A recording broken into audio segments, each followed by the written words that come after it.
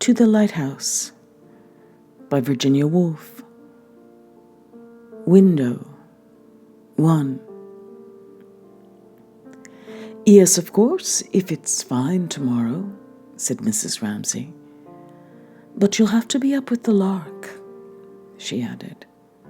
To her son, these words conveyed an extraordinary joy.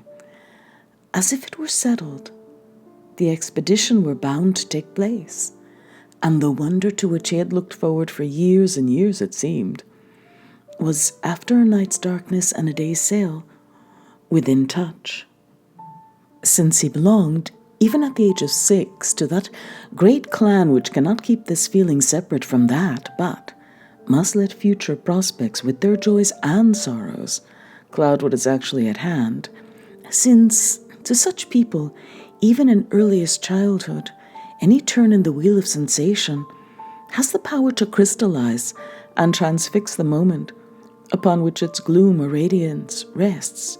James Ramsay, sitting on the floor, cutting out pictures from the illustrated catalogue of the Army and Navy stores, endowed the picture of a refrigerator, as his mother spoke, with heavenly bliss. It was fringed with joy. The wheelbarrow, the lawnmower, the sound of poplar trees, leaves whitening before rain, rooks cawing, brooms knocking, dresses rustling. All these were so colored and distinguished in his mind that he had already his private code, his secret language. Though he appeared the image of stark and uncompromising severity, with his high forehead and his fierce blue eyes, impeccably candid and pure, frowning slightly at the sight of human frailty, so that his mother, watching him guide his scissors neatly around the refrigerator, imagined him all red and ermine on the bench, or directing a stern and momentous enterprise in some crisis of public affairs. "But," said his father, stopping in front of the drawing-room window, "it won't be fine." Had there been an axe handy, a poker, or any weapon that would have gashed a hole in his father's breast and killed him, there and then, James would have seized it. Such were the extremes of emotion that Mr. Ramsay excited in his children's breasts by his mere presence. Standing as now, lean as a knife, narrow as the blade of one, grinning sarcastically, not only with the pleasure of disillusioning his son and casting ridicule upon his wife, who was 10,000 times better in every way than he was, James thought, but also with some secret conceit at his own accuracy of judgment. What he said was true. It was always true.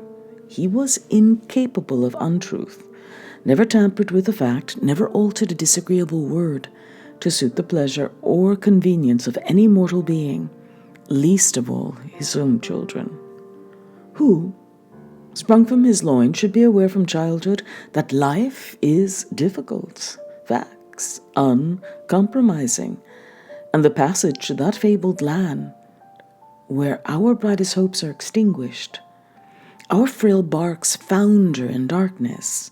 Here Mr. Ramsay would straighten his back and narrow his little blue eyes upon the horizon, one that needs, above all, courage, truth, and the power to endure. "But it may be fine. I expect it will be fine," said Mrs. Ramsay, making some little twist of the reddish-brown stocking she was knitting impatiently.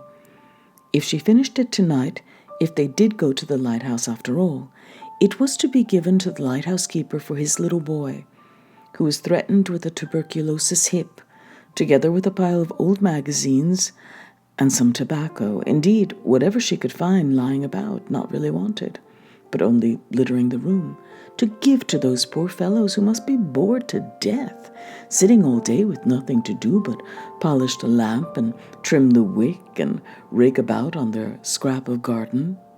Something to amuse them. For how would you like to be shut up for a whole month at a time, and possibly more in stormy weather, upon a rock the size of a tennis lawn? She would ask, and to have no letters or newspapers, and to see nobody. If you were married, not to see your wife, not to know how your children were, if they were ill, if they had fallen down and broken their legs or arms, to see the same dreary waves breaking week after week, and then a dreadful storm coming, and the windows covered with spray, and birds dashed against the lamp, and the whole place rocking, and not be able to put your nose out of doors for fear of being swept into the sea. How would you like that? She asked, addressing herself particularly to her daughters. So, she added, rather differently, one must take them, whatever comforts one can. It's due west, said the atheist Tansley, holding his bony fingers spread so that the wind blew through them, for he was sharing Mr. Ramsay's evening walk up and down the terrace. That is to say, the wind blew from the worst possible direction for landing at the lighthouse. Yes, he did say disagreeable things. Mrs. Ramsay admitted it was odious of him to rub this in and make James still more disappointed, but at the same time, she would not let them laugh at him. The atheist, they called him, the little atheist. Rose mocked him. Prue mocked him. Andrew, Jasper, Roger mocked him. Even old Badger without a tooth in his head had bit him for being, as Nancy put it, the 110th young man to chase them all the way up to Hebrides, when it was ever so much nicer to be alone. Nonsense, said Mrs. Ramsay with great severity. Apart from the habit of exaggeration which they had from her, and from the implication which was true, that she asked too many people to stay, and had to lodge some in town, she could not bear incivility to her guests, to young men in particular, who were poor as church mice. Exceptionally able, her husband said, his great admirers, and come there for a holiday.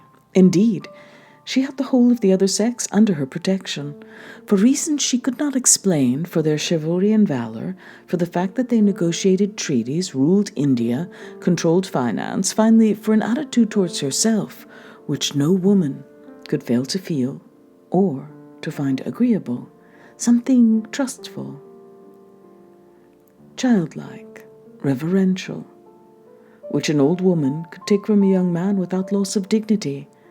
And woe betide the girl, pray heaven it was none of her daughters, who did not feel the worth of it, and all that it implied to the marrow of her bones. She turned with severity upon Nancy. He had not chased them, she said. He had been asked. They must find a way out of it all. There might be some simpler way, some less laborious way, she sighed. When she looked in the glass and saw her hair grey, her cheek sunk at 50, she thought, possibly she might have managed things better. Her husband, money, his books. But, for her own part, she would never for a single second regret her decision, evade difficulties, or slur over duties. She was now formidable to behold, and it was only in silence, looking up from their plates after she had spoken so severely about Charles Tansley, that her daughters Prue, Nancy, Rose, could sport with infidel ideas which they had brewed for themselves of a life different from hers. In Paris, perhaps, a wilder life, not taking care of some man or other, for there was in all their minds a mute questioning of deference and chivalry, of the Bank of England and the Indian Empire, of ringed fingers and lace. Through to them all there was something in this, of the essence of beauty, which called out the manliness in their girlish hearts, and made them, as they sat at table, beneath their mother's eyes, honor her strange severity, her extreme courtesy, like a queen's, rising from the mud to wash a beggar's dirty foot. when she admonished them so very severely about that wretched atheist who had chased them, or, speaking accurately, been invited to stay with them in the Isle of Skye. "There'll be no landing at the Lighthouse tomorrow," said Charles Tansley, clapping his hands together as he stood at the window with her husband. Surely he had said enough. She wished they would both leave her and James alone and go on talking. She looked at him. He was such a miserable specimen, the brute, Andrew said. They knew what he liked best, to be forever walking up and down with Mr. Ramsay, and saying who had won this and who had won that, who was a first-rate man at Latin verses, who was brilliant but I think fundamentally unsound, who was undoubtedly the ablest fellow in Balliol, who had buried his light temporarily at Bristol or Bedford, but was bound to be heard of later, when his Prolegomena, of which Mr. Tansley had the first pages and proof with him, if Mr. Ramsay would like to see them, to some branch of mathematics or philosophy, saw the light of day. That was what they talked about. She could not help laughing herself sometimes. She said the other day something about waves mountains high. "Yes," said Charles Tansley, "it was a little rough." "Aren't you drenched to the skin?" she had said. "Damp, not wet through," said Mr. Tansley, pinching his sleeve, feeling his socks. But it was not that they minded, the children said. It was not his face, it was not his manners, it was him, his point of view. When they talked about something interesting, people, music, history, anything, even said it was a fine evening, so why not sit out of doors? Then, what they complained of about Charles Tansley was that until he had turned the whole thing round and made it somehow reflect himself and disparage them, he was not satisfied. And he would go to picture galleries, they said, and he would ask one, did one like his tie? God knows, said Rose, one did not.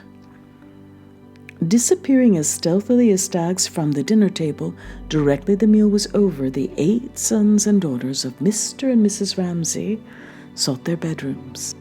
Their fastness, in a house where there was no other privacy to debate anything, everything.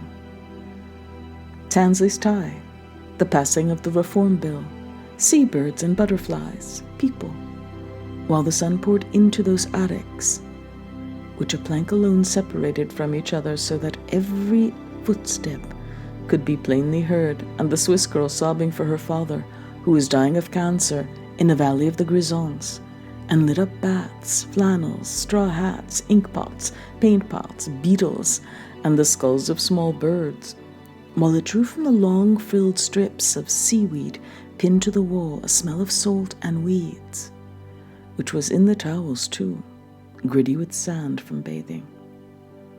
Strife, divisions, difference of opinion, prejudices twisted into the very fiber of being. Oh, that they should begin so early. Mrs. Ramsay deplored. They were so critical, her children. They talked such nonsense. She went from the dining room, holding James by the hand, since he would not go with the others. It seemed to her such nonsense, inventing differences when people, heaven knows, were different enough without that. The real differences, she thought, standing by the drawing-room window, are enough, quite enough. She had in mind at the moment rich and poor, high and low, the great in birth receiving from her, half grudging, some respect, for she had not in her veins the blood of that very noble, if slightly mythical, Italian house whose daughters scattered about English drawing-rooms in the 19th century, had lisped so charmingly, had stormed so wildly, and all her wit and her bearing and her temper came from them, and not from the sluggish English or the cold Scotch. But more profoundly, she ruminated the other problem of rich and poor, the things she saw with her own eyes, weekly, daily, here or in London, when she visited this widow or that struggling wife in person with a bag on her arm and a notebook and pencil, with which she wrote down in columns carefully ruled for the purpose wages and spendings, employment and unemployment, in the hope that thus she would cease to be a private woman whose charity was half a sop to her own indignation, half a relief to her own curiosity, and become what, with her untrained mind, she greatly admired: an investigator elucidating the social problem. Insoluble questions they were, it seemed to her, standing there holding James by the hand. He had followed her into the drawing room. That young man they laughed at, he was standing by the table, fidgeting with something, awkwardly, feeling himself out of things, as she knew, without looking round. They had all gone, the children, Minta Doyle and Paul Rayleigh, Augustus Carmichael, her husband. They had all gone. She turned with a sigh and said, "Would it bore you to come with me, Mr. Tansley?" She had a dull errand in the town. She had a letter or two to write. She would be 10 minutes, perhaps. She would put on her hat. And with her basket and her parasol, there she was, again, 10 minutes later, giving out a sense of being ready, of being equipped for a jaunt, which, however, she must interrupt for a moment, as they passed the tennis lawn, to ask Mr. Carmichael, who was basking with his yellow cat's eyes ajar, so that, like a cat's, they seemed to reflect the branches moving or the clouds passing, but to give no inkling of any inner thoughts or emotion whatsoever, if he wanted anything. For they were making the great expedition, she said, laughing. They were going to town. Stamps, writing paper, tobacco, she suggested, stopping by his side, but no, he wanted nothing. His hands clasped themselves over his capacious paunch. His eyes blinked, as if he would like to reply kindly to these blandishments. She was seductive, but a little nervous, but could not, sunk as he was in grey-green somnolence, which embraced them all, without need of words, in a vast and benevolent lethargy of well-wishing. All the house, all the world, all the people in it, for he had slipped into his glass at lunch a few drops of something, which accounted, the children thought, for the vivid streak of canary yellow in mustache and beard that were otherwise milk-white. "No, nothing," he murmured. "He should have been a great philosopher," said Mrs. Ramsay, as they went on the road to the fishing village, but he had made an unfortunate marriage. Holding her black parasol very erect, and moving with an indescribable air of expectation, as if she were going to meet someone round the corner, she told the story.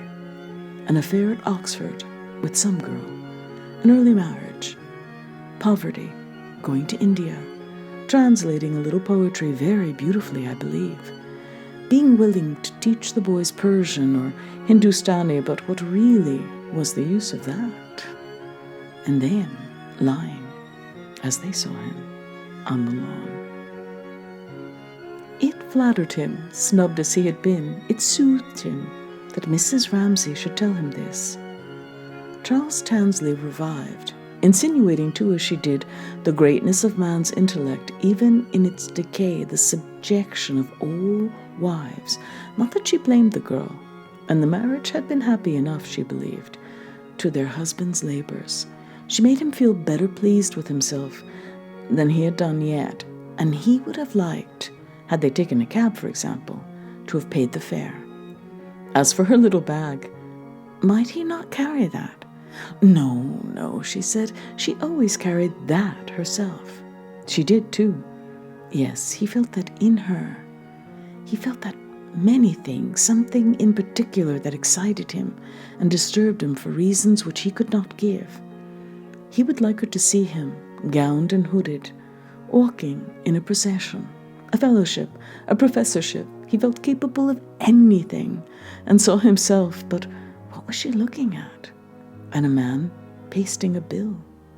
The vast flapping sheet flattened itself out, and each shove of the brush revealed fresh legs, hoops, horses, glistening reds and blues, beautifully smooth, until half the wall was covered with the advertisement of a circus. 100 horsemen, 20 performing seals, lions, tigers. Craning forwards, for she was short-sighted, she read it out. "Will visit this town," she read. It was terribly dangerous work for a one-armed man, she exclaimed, to stand on top of a ladder like that. His left arm had been cut off in a reaping machine 2 years ago. "Let us all go," she cried, moving on, as if all those riders and horses had filled her with childlike exultation and made her forget her pity. "Let's go," he said, repeating her words, clicking them out, however, with a self-consciousness that made her wince. "Let us all go to the circus." No, he could not say it right. He could not feel it right.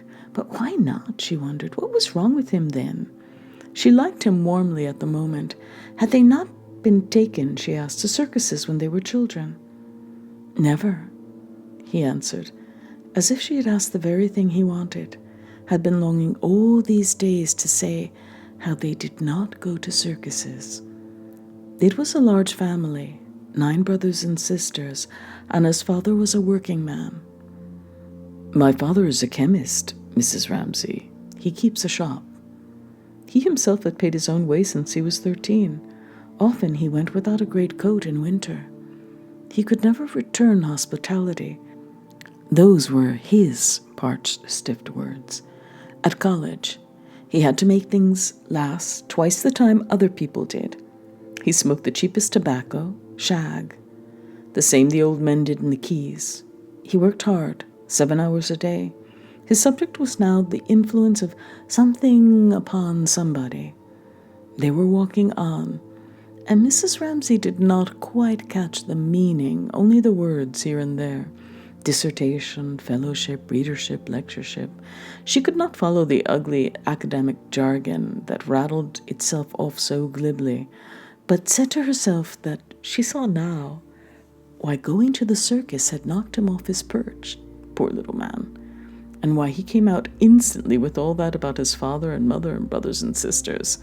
And she would see to it that they didn't laugh at him any more. She would tell Prue about it.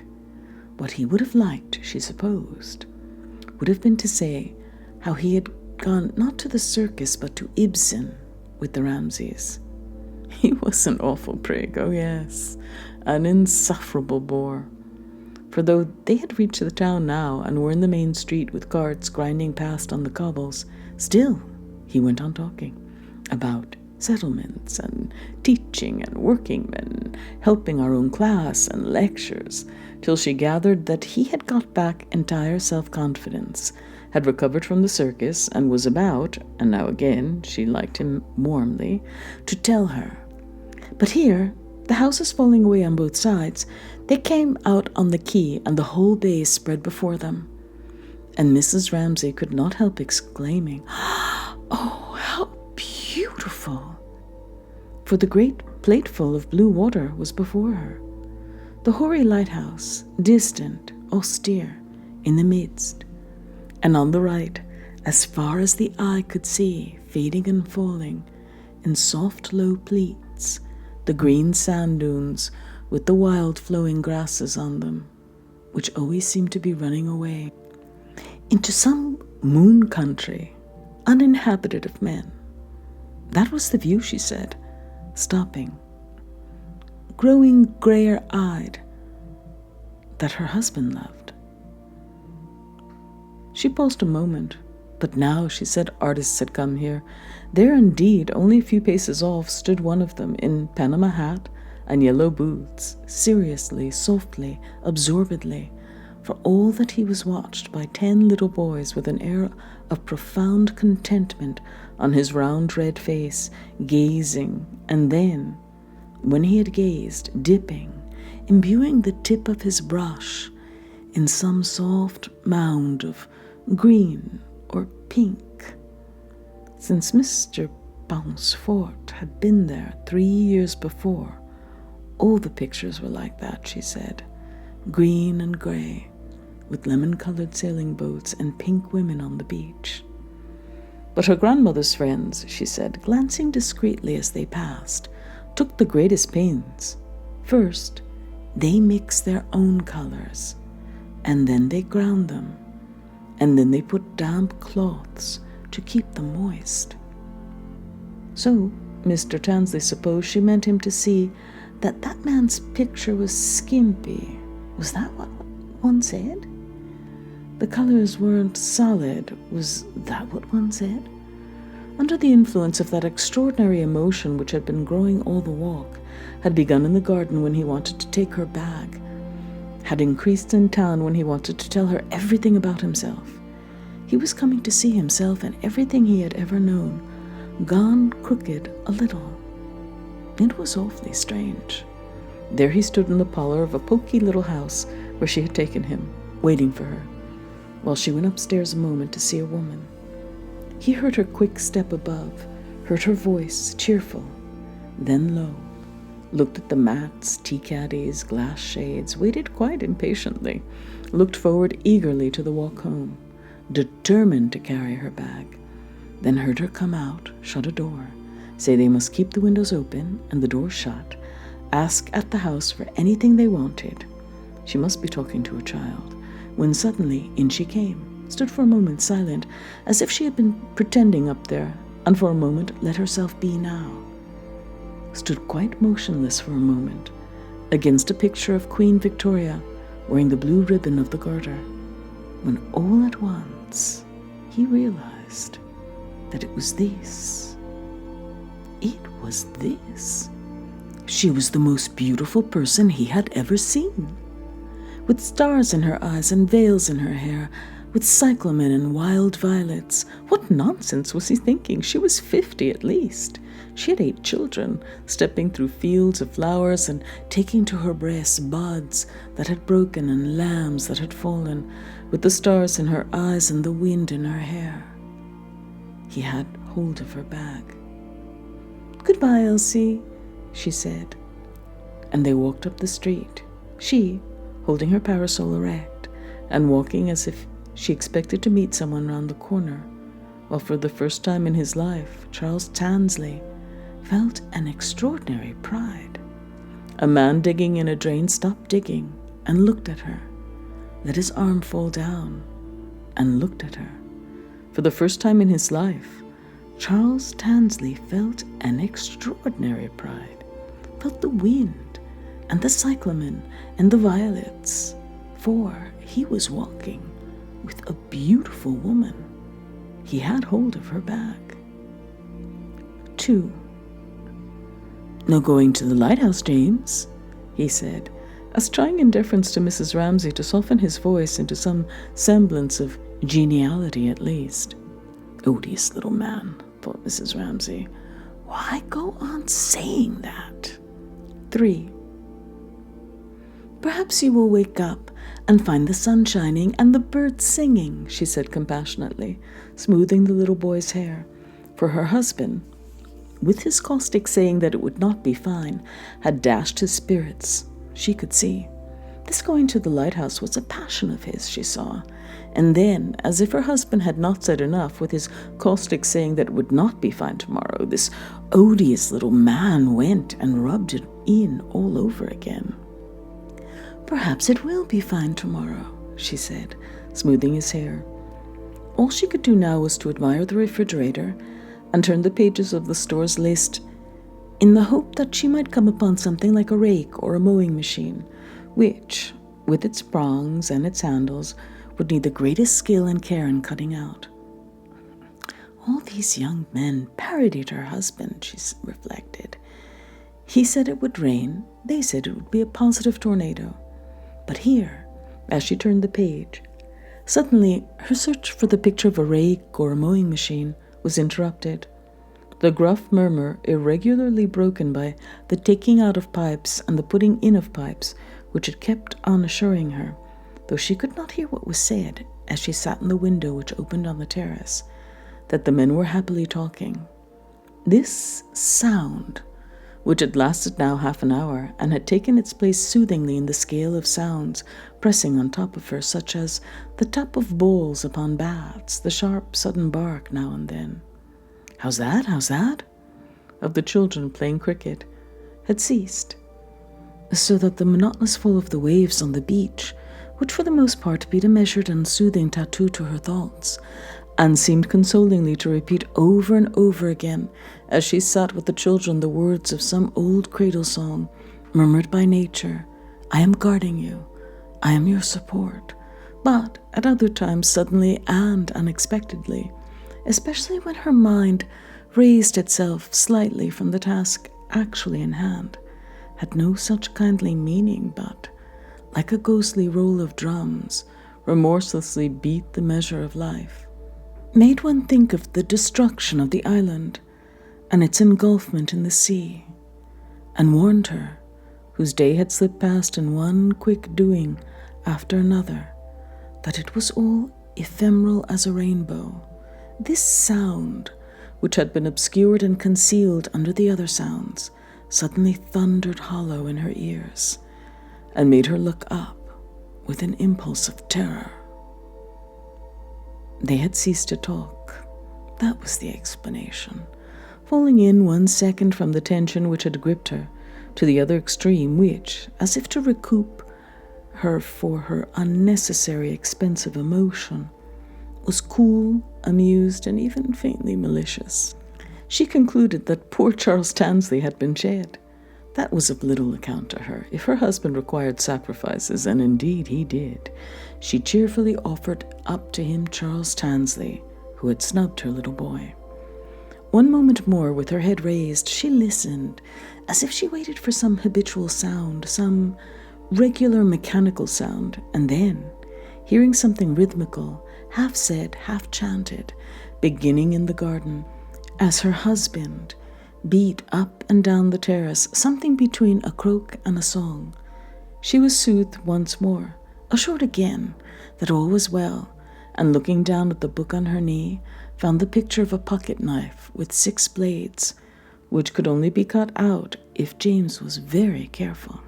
Suddenly, a loud cry, as of a sleepwalker half roused, something about, stormed at with shot and shell, sung out with the utmost intensity in her ear, made her turn apprehensively to see if anyone had heard him.